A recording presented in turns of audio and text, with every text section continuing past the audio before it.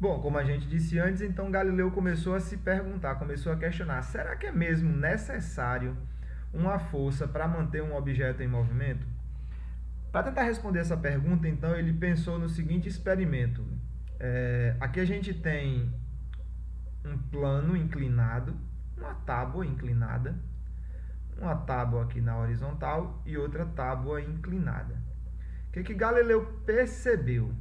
Ele percebeu que quando ele soltava uma esfera de cima desse plano inclinado, a esfera descia acelerando. Significa que ela descia ganhando velocidade, a velocidade dela aumentava.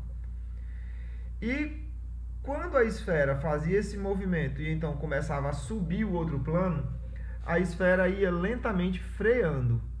A esfera freava lentamente, ou seja, ela acelerava na descida e ela desacelerava na subida. Galileu percebeu também que a esfera sempre subia até a mesma altura de onde ele havia largado a outra esfera. Ok?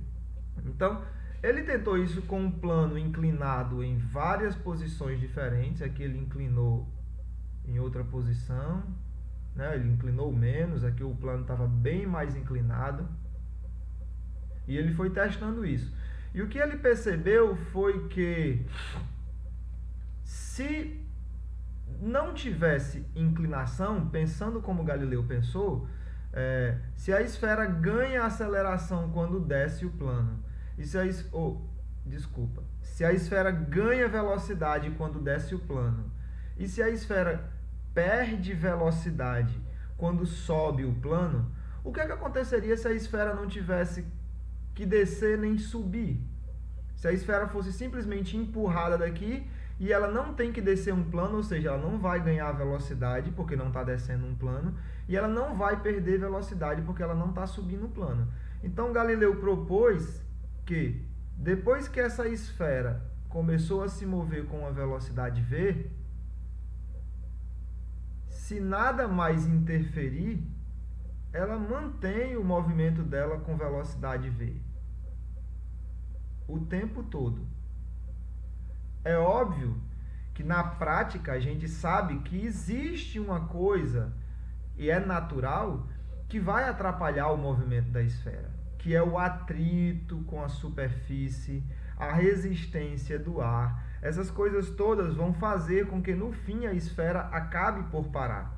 Mas o que Galileu quis propor foi que, se fosse possível a gente eliminar todas essas interferências, atrito, resistência do ar, todas as forças de resistência, a bolinha manteria o seu movimento com velocidade constante e em linha reta, sem a necessidade de uma força para que ela se mantenha em movimento. Foi necessário uma força para iniciar o movimento, mas para manter o movimento, essa força não precisa existir. Ele chamou isso então de princípio da inércia, e ele enunciou de uma forma mais ou menos assim: os corpos tendem a manter seu estado de repouso ou de movimento em linha reta com velocidade constante, a menos que uma força modifique isso. Galileu quer dizer com isso que se um corpo está em repouso, ele vai tender a continuar em repouso, a não ser que alguma força atue sobre ele. De outra forma aqui, também completando, ele quis dizer que se um corpo está em movimento em linha reta com uma velocidade constante, ele quer manter esse movimento em linha reta com uma velocidade constante, a menos que uma força modifique isso. É por isso que no dia a dia a gente vê os objetos que a gente empurra, as bolas que a gente chuta, as coisas que a gente puxa, a gente dá um empurrão, um puxão, um chute, e lá na frente essas coisas param. Elas não param porque parar é o estado natural dela, como propunha Aristóteles. Não, elas param porque tem uma força que vai fazê-las parar, que é a força de atrito.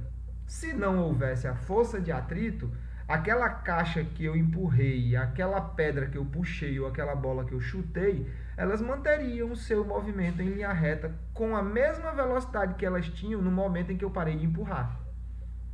Ok? Esse aqui é o princípio da inércia.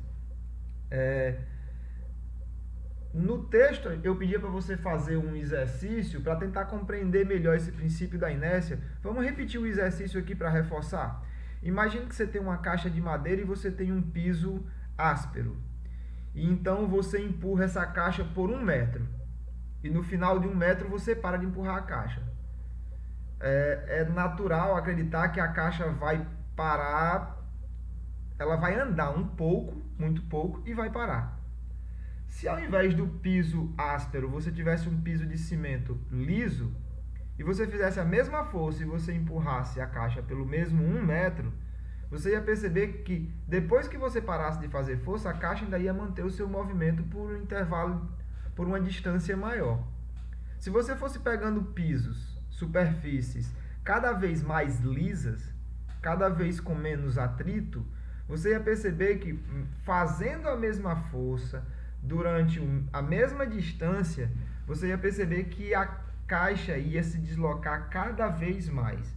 Então a gente pode extrapolar e pensar, e se não tivesse atrito algum, o que iria fazer a caixa parar? Nada iria fazer a caixa parar.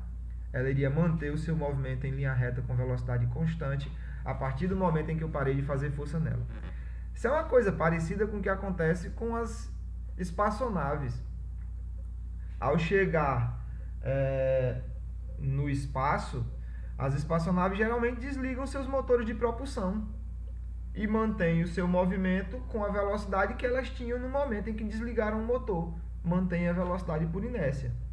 Aqui alguns casos do dia a dia da gente, de onde a gente observa a inércia. Você tem 2 passageiros em pés dentro do ônibus que está parado. Se eles estão parados, por inércia, eles querem continuar parados, a não ser que alguma força seja exercida sobre eles. Então o motorista acelera o ônibus e o ônibus vai começar a andar. Essa força ela não é feita nos passageiros, ela é feita no ônibus. Os passageiros então querem ficar onde estão, parados por inércia. Então eles têm a impressão de que foram jogados para o fundo do ônibus, quando na verdade eles estão praticamente parados se foi o ônibus que se deslocou em relação a eles. A situação contrária é quando o ônibus vem andando com uma velocidade constante. Ora, se ele se move com uma velocidade constante em linha reta, ele quer se manter com velocidade constante em linha reta. Então o motorista freia o ônibus. O que acontece com os passageiros? Eles continuam em linha reta com velocidade constante. Por inércia, eles queriam isso. Outro exemplo aqui, um pouco mais desastroso, o rapaz vinha andando de cavalo e ambos vinham aqui com uma velocidade V. Quando o cavalo refugou, o cavalo parou. O cavalo parou. O rapaz não se segurou direito no cavalo, não teve força suficiente. Ele manteve então o seu movimento com a velocidade que tinha no momento em que o cavalo freou. E aqui um outro exemplo também, uma pedra e esse sujeito aqui tentando arrastar esta pedra. É óbvio que é difícil, porque a pedra ela está em repouso e ela quer permanecer em repouso, certo? Um outro aspecto interessante de se observar é que se essa pedra fosse menor, seria mais fácil. Se essa pedra fosse maior, seria mais difícil.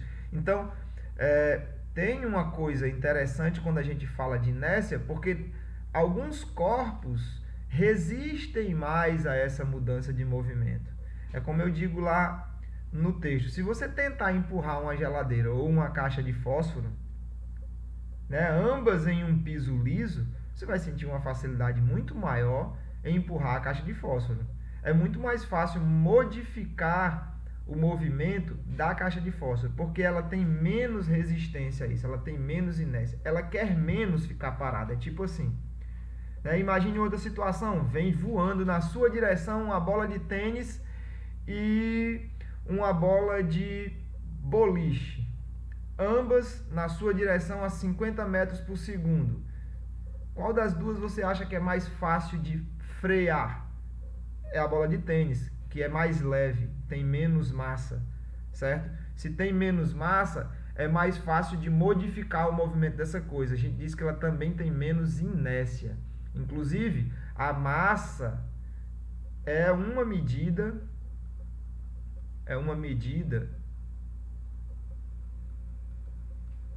da inércia.